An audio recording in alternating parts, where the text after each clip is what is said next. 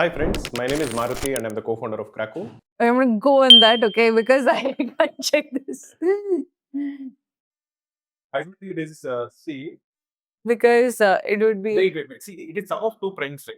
Sum of two primes has to be Can I use a calculator? 374.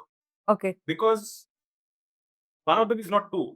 So it is Sum of two even two odd numbers will be even. Are nice. Good job, Bharati. Okay. So the way I solved it using options was first looked at S. S is 25 square plus 162 square. 25 square I think was around 625 and 162 square was close to 26,000. I think both of them combined was 26,869. So 26,869 into 2 was basically the third option, which was 53,738. I assumed that it won't be the answer because if S has two prime factors A and B, now A plus B cannot be equal to 53,738 because then it would imply that A is equal to B is equal to 26,868. Only then will this actually suffice because 26,869 into 2 is 53,738. So based on the options, I first ruled out option C. I felt that both the prime factors cannot be that high. Now amongst option A, option B and option C, I felt that okay, all the three options are similarly, like the size is similar, all of them are less than 400, all of them are greater than 250, and this was where I was struggling when I was trying to solve it using the options. But then I realized that S is a odd number. It is the sum of an even number and odd number. 25 square is odd and 162 square is even. The sum of an odd number and an even number is odd. So using this, I figured out that 2 is not a factor.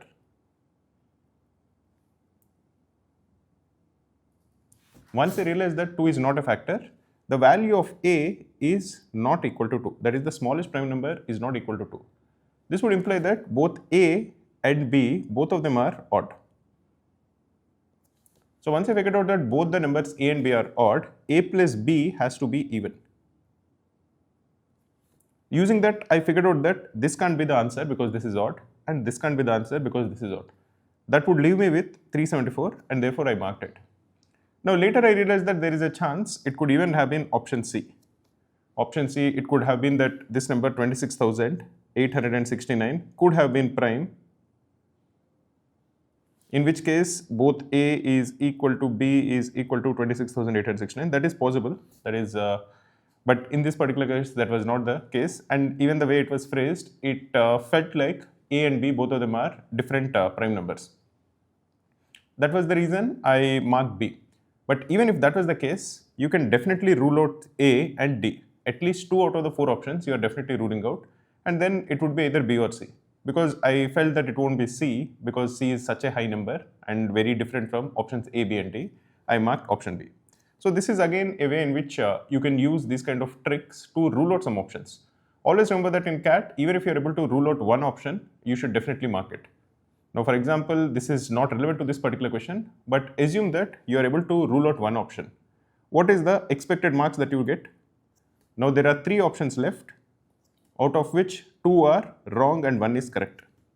In that particular case, in these 2 options, you will be getting -1, and if you are getting it correct, you are getting 3 marks. So the expected marks will be 2 by 3 into -1 plus 1 by 3 into 3.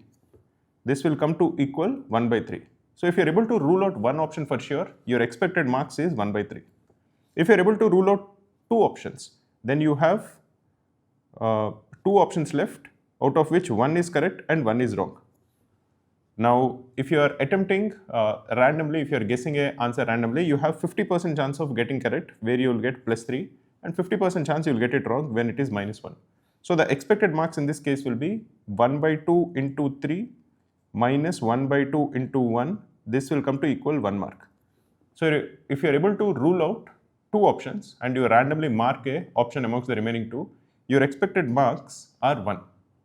So I would always say that even if you are able to rule out some options using the options, even if you are able to figure out that this will definitely not be the answer, even then it is definitely an advantage. So definitely try to figure out this way of at least looking at the options and trying to rule out which are the options which are not true.